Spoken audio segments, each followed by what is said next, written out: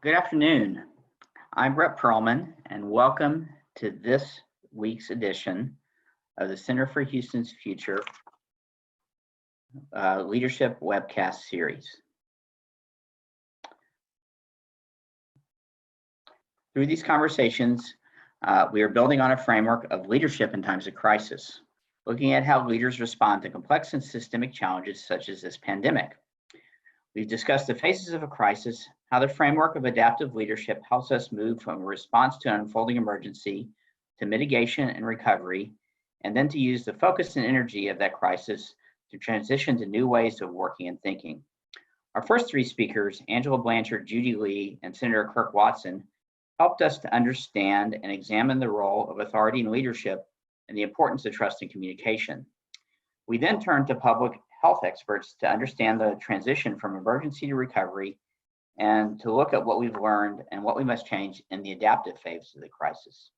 Through these conversations, we hope to consider the implications of our current situation and determine what actions we as a community must take to ensure the social, cultural, and economic well-being of the Houston region. I'd now like to introduce our moderator, Russell Richard. Thank you, Brett. Good afternoon.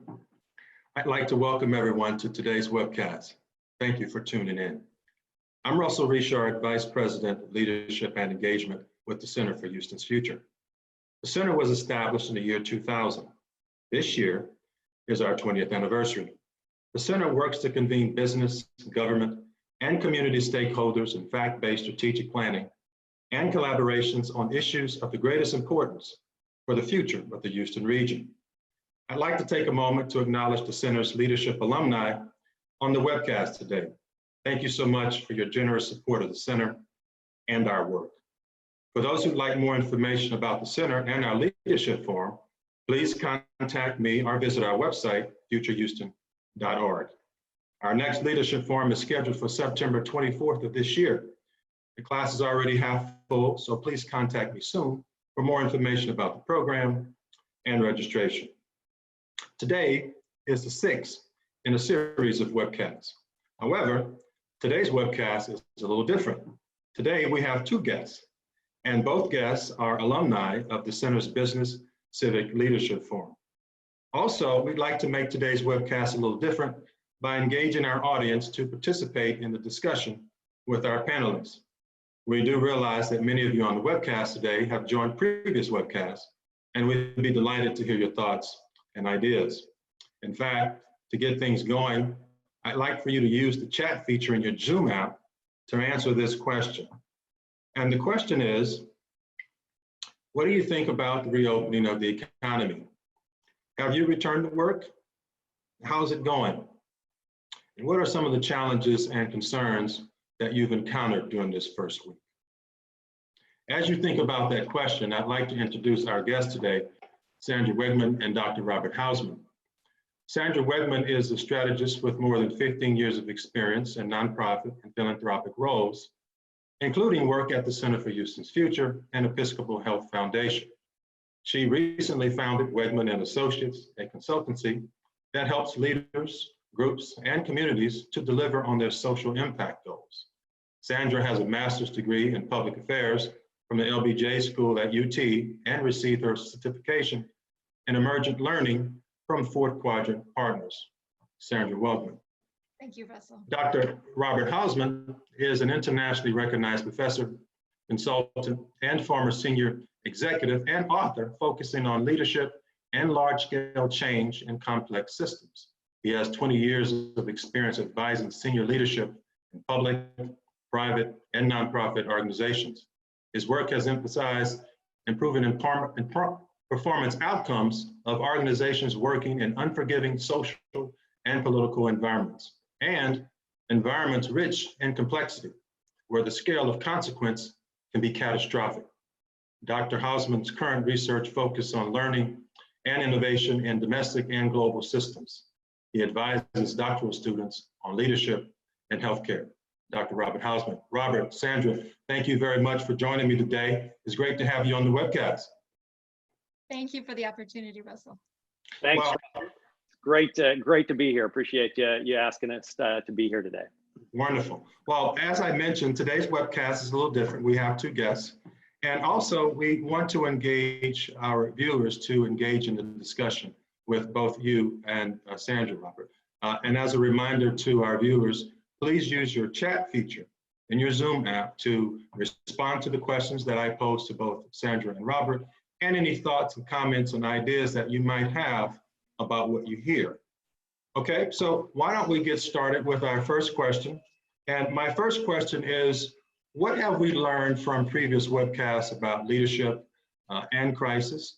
And Sandra, if you would be so kind and respond to that question first, and then we'll have Robert build on your comments. Thank you, Russell. My overarching takeaway is that right now in this moment, it seems like leadership and learning are almost one and the same. And what I mean by that is that it's becoming clearer and clearer to all of us that we can't go back to our old world, and that the leaders that we really trust are the ones that are helping us to learn our way forward. And so I think we can all think of lots of different examples. One very recent example here in Houston is the action by Houston's business leadership to strengthen collective thinking about the reopening of the economy, and in saying that the reopening does not mean a return to business as usual. And so I think that we've seen here in Houston that our ability to learn together in real time has allowed us to avoid a health system collapse. And that's really the reason we can be here today and have this forward-looking conversation. So certainly our elected officials and many others deserve our thanks. And I think that moving forward, we also need to consider how we can support collective learning at an even greater scale. So I want to revisit the framework that Judy Lee introduced or presented on adaptive leadership, as it provides some guidance on how to lead through complex and systemic challenges.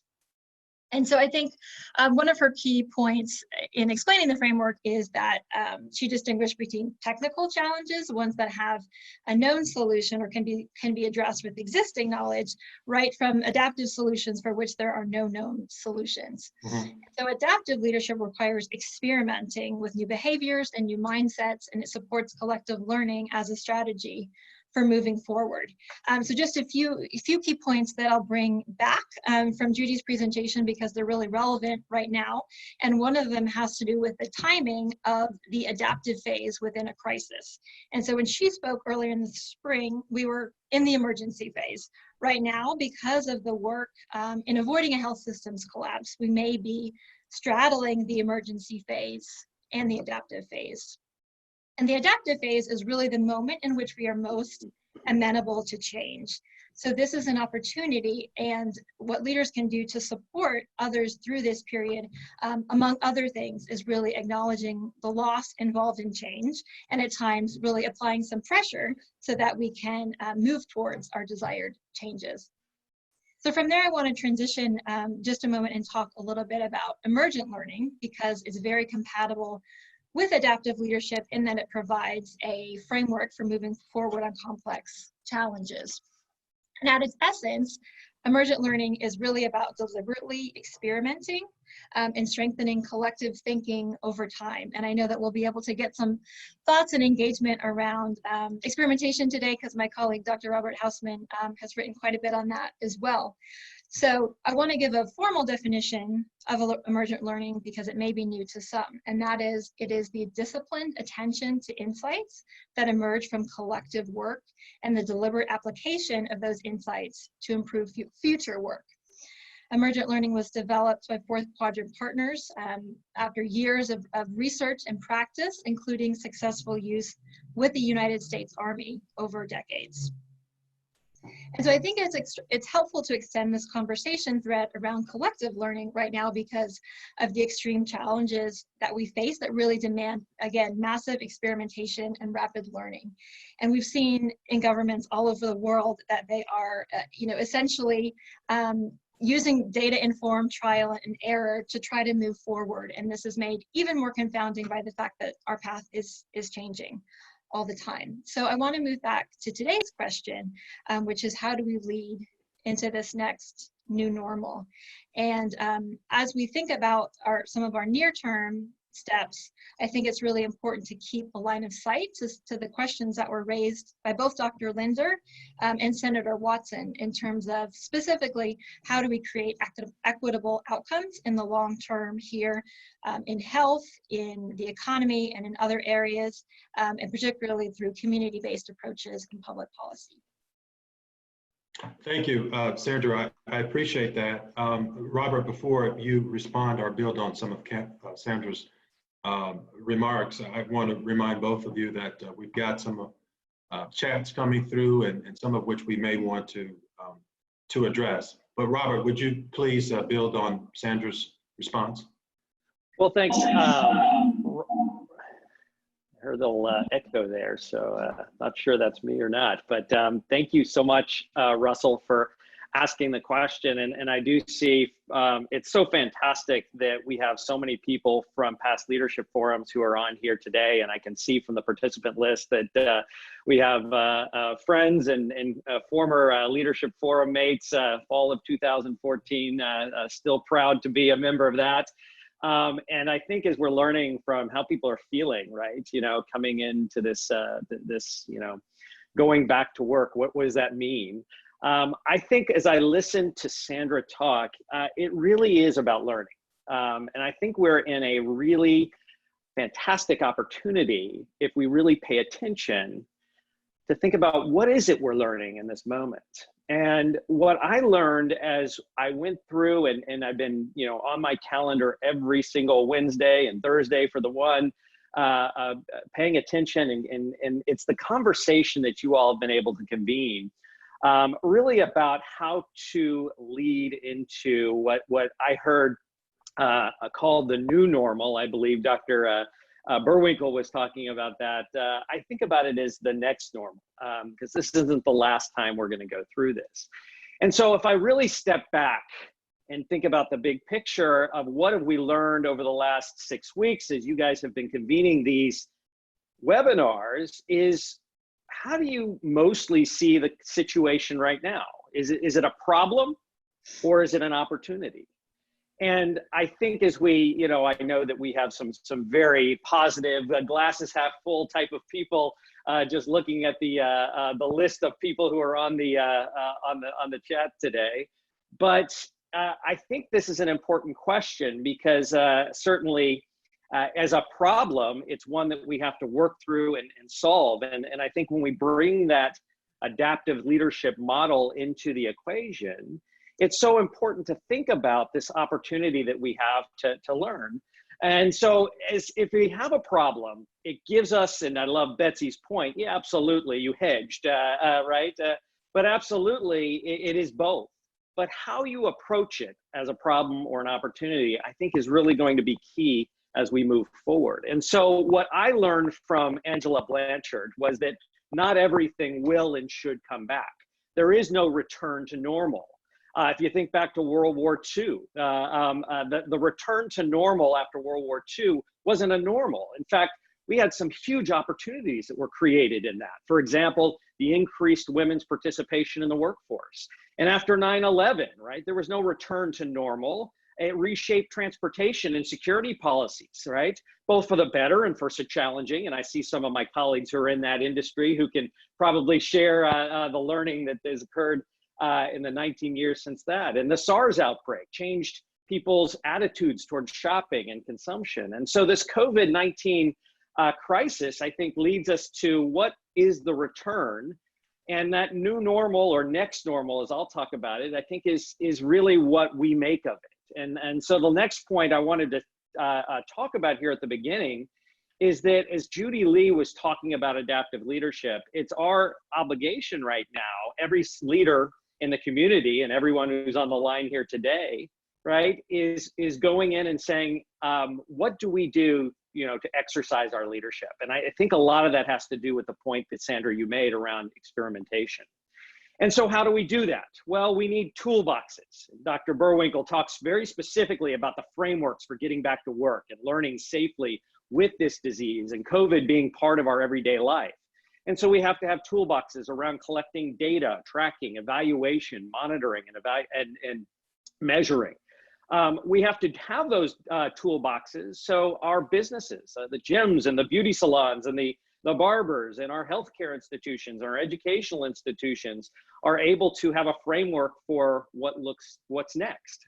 And I think the idea of being able to say we need to create much more fast, rapid response teams. I think we've learned very quickly how important that is, not just for today's pandemic, but for the next pandemic. And there will be a next one. And that's the thing, we have to prepare now. But some of the opportunities that have emerged as a result of this, and I think Dr. Stephen Linder talked about those in the very last session, right, was the revisions to how we are approaching what we do. For example, telemedicine opportunities came up in his discussion, and how that has created opportunities in the healthcare industry. And so I think as I looked at everything that we've learned, it's hard to tie it in a nice tidy bow at this point. But I think what is most important is they left us with some very important questions. Firstly is, what can we learn from leaders who have successfully managed past crises? And I think that's where we look to everyone who's on the line here today, is what have you experienced? What have you learned? Because our future selves are going to be asked this question. What did you learn, and how did you manage through the complexity? And I think at the same time, we have to also say is how and when do we restart and bring back the organization safely, including operations and supply chain, and of course, education and healthcare and all the things that we need to bring back on. And this leaves us, and I think for everyone here on the line, is how can we enable our workforce with new ways of working, right? Certainly, we've all had to accelerate digital, and we've all had to make sure that we build on our ability to connect with people in a cyber way. And how do we do that in a safe cyber way? And so I think the biggest learning that we can take from this, Russell, and I think it's what Sandra, you were saying, is this collective ability to act, is how can we work together across industries, across society, across government to be a part of the solution? How do we empower people to make that possible? And so this leaves me, I think, Russell, is as we see some of the chats coming in here on, it's a problem and it's an opportunity.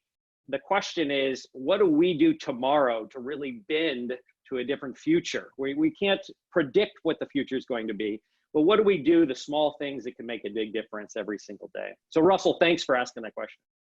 Well, thank you for your response. I appreciate that. In fact, you touch on a number of things that we're going to dive a little deeper into just a little bit later, like some of the tools that we have available to us and what things that we should preserve and what things should fall away. I'm also looking at some of the chats that are coming in, and one in particular that grabbed my attention is there seems to be some concern about inconsistent messaging about this going back to work. And although our political leaders have instructed us that the city and the economy is now open, there seems to be some fear and trepidation about returning to work. Robert, Sandra, would you guys care to talk to that? Well, I can just make an observation, which is to validate that comment, and then just reinforce that I think what leaders are able to do is within their environment, setting really clear goals about how to operate right now in this time of ambiguity, and really helping to increase line of sight between the overarching goal for an organization or an initiative, and then how folks can help meet that. Because I think now more than ever, the goals are changing, and so what leaders really need to do is reinforce a sense of shared goals within their sphere. And I'll let Robert comment further. Yeah, I couldn't say it better than that, because I think what you're suggesting is we need a shared measurement system. We need one that both Houston and Harris County can be a part of, and the whole region can look collectively around that. And I think it requires better conversations. I think it requires, more convening like this. I think it requires involving people who are maybe not usual suspects in these types of conversations. I think that's what's really key is much more listening. And so the question of not getting clear messaging, I think is really important. But I would leave you with this thought, is that in times of crisis, our senior leadership, whether we're looking up in our organization or our local government or our state government or federal government, they don't have all the answers. But what they can do is provide a framework for action. And so to me, I think the consistent messaging is around them giving us some guidance, some guidelines, right? You know, that we can all agree to. And then of course, the question for us is how do we act within those parameters? And it's amazing how fast people have transitioned. And I think we can't ever say that people can, it's very difficult to change people's behavior because boy, have we all experienced behavior change. But the truth is that if we can put some boundaries, some parameters around that, then every one of us can make an informed, empowered decision ourselves. And so I think for city leadership is to be much more forgiving of the fact that they don't have all the answers and engage people in a conversation using these frameworks. And I think your speakers who come before us today have laid out so many of those frameworks that are important to discuss and then empower people to make decisions. Right. Well, I appreciate that, Robert. You know, looking at some of the chat messages that are coming through, there appears to be a real split between people feeling comfortable with going back to work and reopening, and what our elected officials are telling us we should do. So I think that's going to be a conversation moving forward. But for the sake of our discussion today, let's keep moving. My next question to you, Robert and Sandra, either one of you, I'll have Sandra address this one first as well. As we seem to be moving out of this emergency phase into the next phase, where we can objectively analyze what happened, what things went wrong that caused us to find ourselves in this crisis. And my guest, Senator Kurt Watson, mentioned that this is kind of an innovative phase where we can look at things that went wrong and develop new systems and new programs to correct the systems that failed. And so my question to you, Sandra, is what are some of the tools that we have right now to start that process? So thinking about some of the tools, I think it's important to start with the recognition, of course, of the scale of the challenges that we're dealing with here in Houston, internationally, and of course that one single group isn't going to be able to figure it out. And so thinking about tools, I think there's perhaps an underutilized tool, and Robert spoke to it just a moment ago, that is inviting a diverse group of people to the table for problem solving. And so I think that that's an important tool. We need to do it mindfully and thoughtfully so that we can actually leverage the input of those that we bring to the table. And then related to that is the idea of bringing sectors together to work and to solve. And I think that we often want to work with others that have similar skill sets, mindsets, and resources. But if we really want to try to get to scale, we can think about how to experiment with bringing new sectors together. And some of you may have seen the news yesterday that New York state schools are partnering with the Gates Foundation to explore new ways of delivering education. And I won't speak to the context, but I think that's an example of that kind of experimentation. And so I think if we can create a broader field of play for some of our solutions, we'll be much better off. And then I want to, yes. No, go ahead, please. Well, so on this thread of deliberate experimentation, I think it's interesting to note that right now, according to the New York Times, this weekend, there's 95 vaccines that are being explored related to COVID-19. And I think that's just, an example of how much experimentation we need right now, because we know we're going to fail. And so if we can apply that same mindset to some of these longer term social impact questions that we have, I think we'll be much better off. Mm-hmm. Mm-hmm.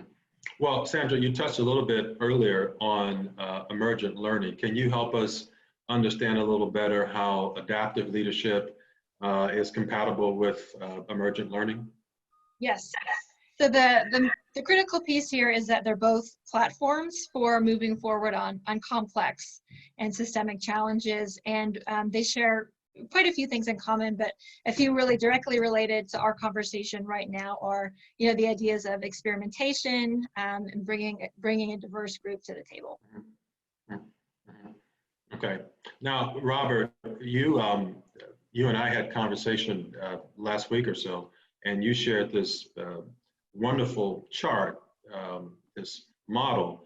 I would love for you to build on Sandra's comments about emergent learning, but also share your thoughts and the model that you shared with us recently. You bet, yeah. So this model really emerged from conversations that I've been having with some of my students who I actually see here on the line today. So I'm so glad that they're here. As we've talked about over the last 6 weeks, one of their projects was actually to create a framework for leadership. They're an executive doctoral program focused on the leadership development. And that framework is, how do I act within the context that I'm working? And many of them are in healthcare context and education contexts. And as I was listening to those conversations and they changed and the patterns of those conversations emerged over the last 7 weeks, I said, I didn't intend this assignment to be something that was going to really challenge what leadership meant, especially in times of crisis. But I said, well, what other better opportunity for them to really understand what their role is, whether they're a frontline worker or they're a medical educator or a health science researcher. And so this framework and those conversations emerged, and I just put some language around it just to help us all understand what we need to be thinking about. And so the first one, I think it's very compatible with what Sandra was just talking about in her emergent leadership approaches, is that the first is we have to manage constraints. Mm-hmm. And I talked about that a little, is we know we're living in a complex adaptive system. Now, it's typical when you see, how climate affects cities and the firms and the markets and the governments and industries are all an ecosystem working together as a network. And we've never seen how health can impact traffic flow. And it's an amazing system. And so how do you look at this system? Well, we don't have control. And I think the truth is that what we need is to put some boundaries instead of a blank sheet of paper and say, let's solve this from anew. Let's put those boundaries around it, whether that's budgetary boundaries, right? Whether that's time boundaries. We have 2 weeks to work on this, right? Whether that's people boundaries. You as a leader, right, create those constraints because they're important, because they actually empower people to act. And so that second point is, if you can empower people to act, you can experiment at the edges. And one of the assignments that these students were doing, where they're actually creating what we call safe to fail experiments. What are small things that we can do every day that make a big difference? And experimenting not right in the center and solving the problem with the silver bullet that we're all looking for, but actually trying things way out on the outside of the parameters. And what they did was they looked at examinations of how we can reduce infections in neonatal ICUs, and how do we make sure that we're making sure our students, right, are really being attended to, both academically and with the emotional and behavioral support they need. And they did these experiments. But what was important about these experiments, these aren't clinical trials looking for vaccines. These were actually very practical, everyday, I can try this, and if we are all trying this, what we're gonna do is learn. But the only way we can learn is if we monitor for patterns. And for me, I think this is what's so important, is you take a moment and you say, what is it that we need to pay attention to, right? And whether that's looking at, and these are early indicators, not lagging indicators, which we've been looking at a lot of, you look at the sort of the disease progression. We're always a little late because we're looking at what happened yesterday, but these are real patterns that are happening usually in conversations and stories that people are saying, this is working, this isn't working.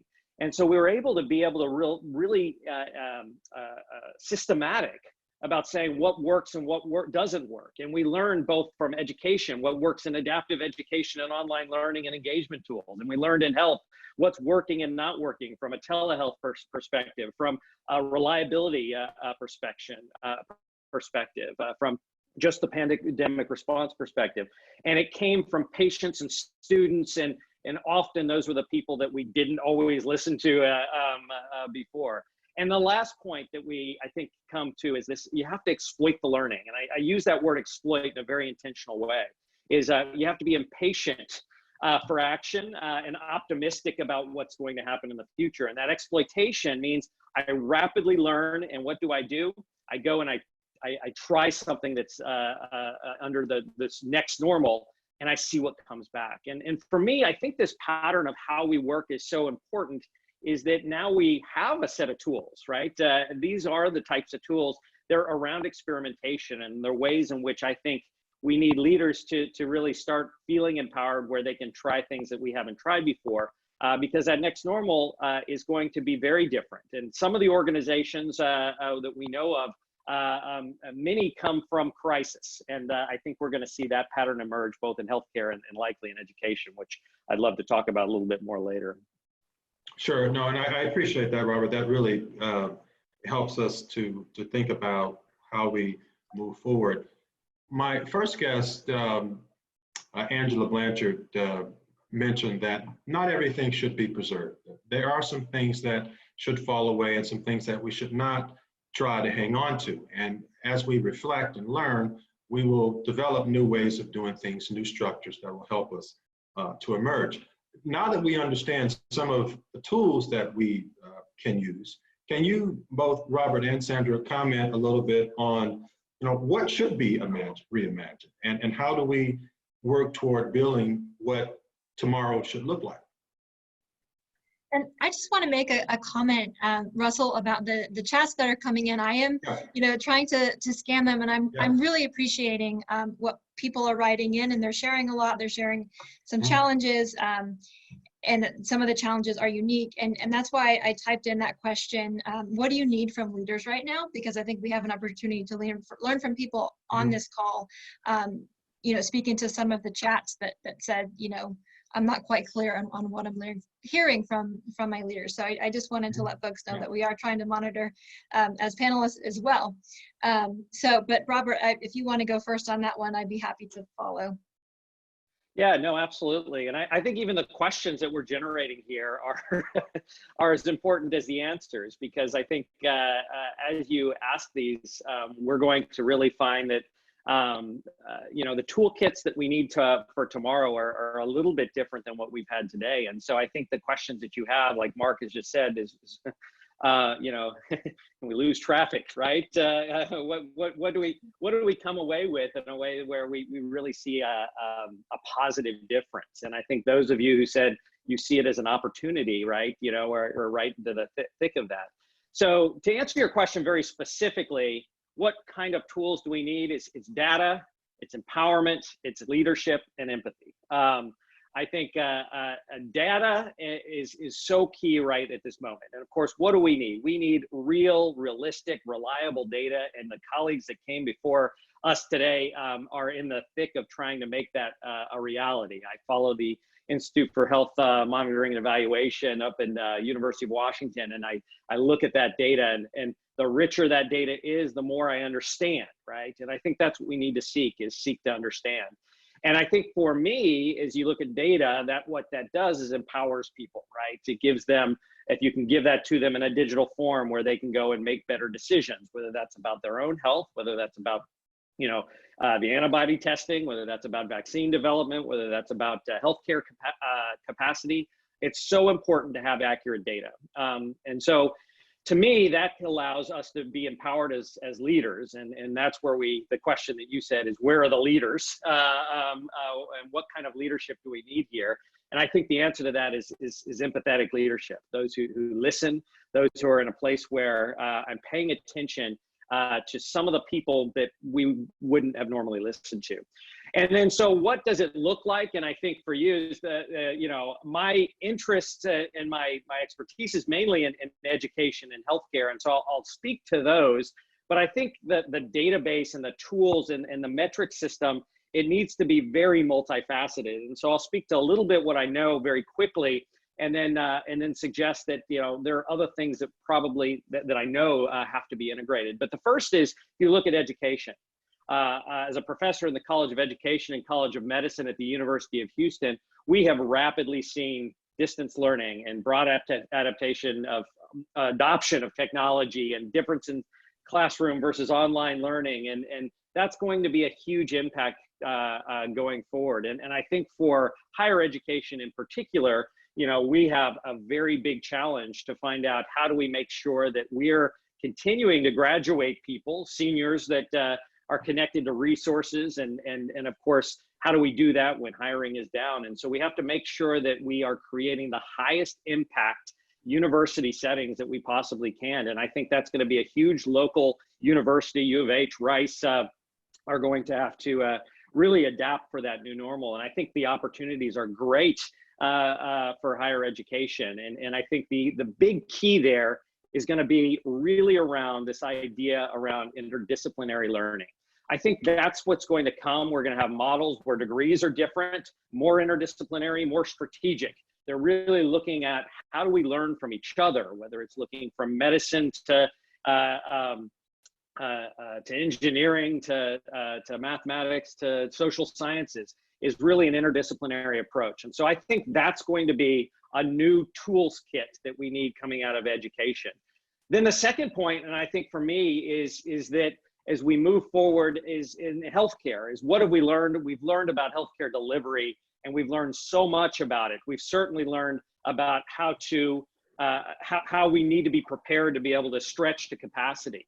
We've also learned that in the process of doing that, we've crippled our ability in the way the healthcare system and the payer system works for our healthcare providers to be paid by delaying surgeries and things like that.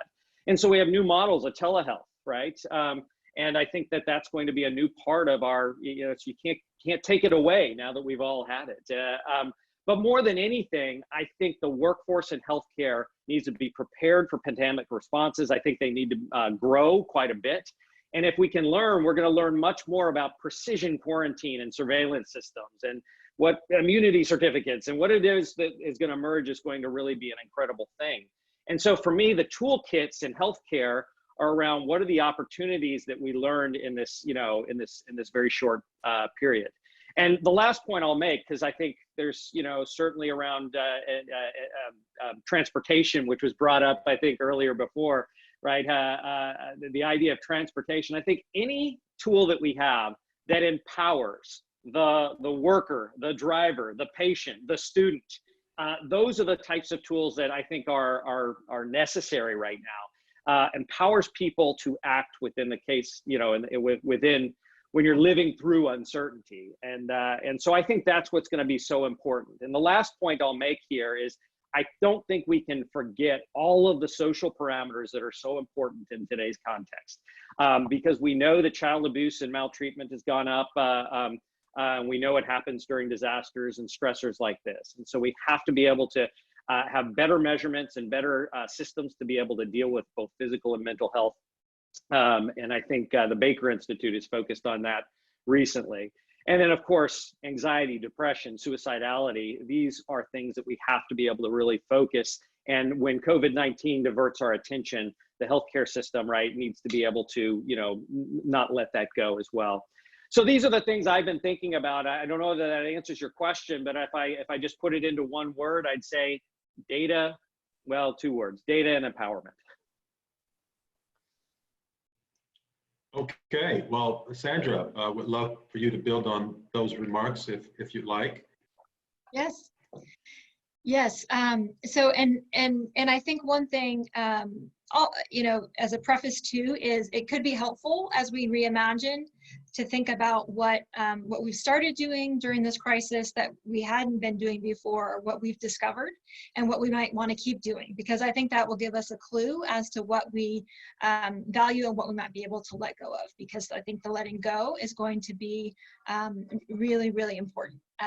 So I want to just make a couple of comments about work patterns, sort of grounded in some of the data. The Greater Houston Partnership just published something early in May that said that the projection for regional unemployment here in the next couple of months is close to 12 to 12.5%. And so that's incredible in terms of the impact to the Houston region. And I think it reinforces the need for us to think about and reimagine new ways to educate, train, and retrain workers. Mm-hmm. And then, there's lots of observations that we can make about professional settings and how office culture has changed. I think it's clear that, the preferences for remote work will largely continue, and that our managers are being pressed to allow for more flexibility and independence. So that's clear. And then the other point about our workforce is that we know that, considering the 30 million people out of work, many of them, if they had health insurance to begin with, have lost it when they lost their jobs and will not easily regain it in this tough economy. And so I think that's another opportunity we have, is thinking about access to health insurance and healthcare. And then just to reinforce, I think, really a lot of Robert's points, as we think about tomorrow, if we know that the status quo got us here, and by the status quo, I mean are really poor outcomes in health right now, and also, perhaps some of our outcomes in Houston's economy, then we know that we need to do something that's really quite different. And I really do want to underscore the work that's been done by Dr. Linder, and was featured on your last program in terms of looking at the high rates of death within African American communities here in Houston and nationally. And that's addressing these preventative issues within communities of color needs to be a priority going forward. So I wanted to underscore that. And then I think that another area we might consider is if we know that government will continue to have a really outsized role in this crisis and in future crises, how do we engagement with communities around issues that matter? How do we support voting and engagement in policy making? And how do we address the obstacles that are often in the way of participation? So I think that is a part of the framework. And then finally, I want to go back again to Angela Blanchard and her provocative statement in the very beginning. She said, look, no one is coming, right? And that we need to forge a way together. And so I think we need to have some serious conversations about resources, how we reimagine our relationship to resources, perhaps looking at other countries who for very long have been able to do better with fewer resources. And of course, Robert mentioned, sort of the leading example of telemedicine, right? Experimenting with new service delivery models that provide cost savings, but are also really effective. And I think we need to be open to blurring the boundaries of our work as we work toward common goals. Thank you, Sandra. I want to remind our viewing audience to continue to send those chats. We appreciate them. We're looking at them. Robert, I want to go back to something that you touched on earlier. You mentioned better measurements. You've probably heard the saying, what gets measured gets done. What should we be measuring? I mean, do we have the data to measure? And how do we build consensus for what gets kept and what's disregarded? Yeah, that's such an important question. I see it from Barbara and Betsy and many people in the chat is asking this question of not only what do we measure, but is what we're measuring, do we trust it?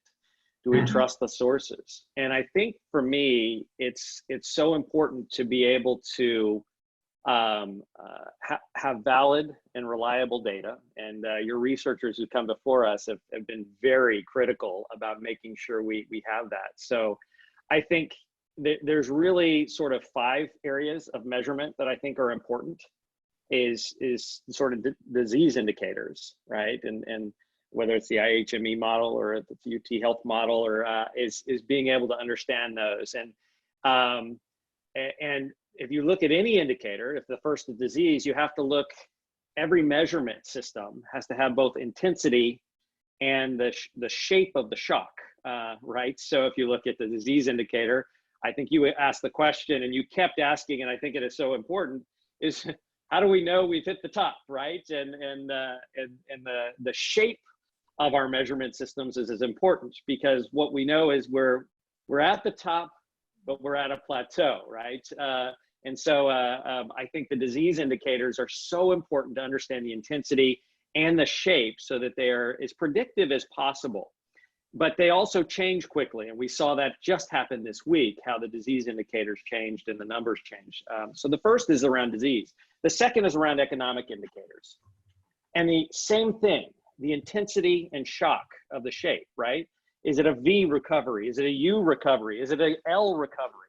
We have to be able to know, right, very specifically what it is that we're paying attention to in a time of deep uncertainty. Where are we going to invest our time, our resources? Where are we going to go find new jobs? Where are we going to create new businesses? And I think understanding the economic indicators are so important. That's been very difficult in today's time, especially in Houston.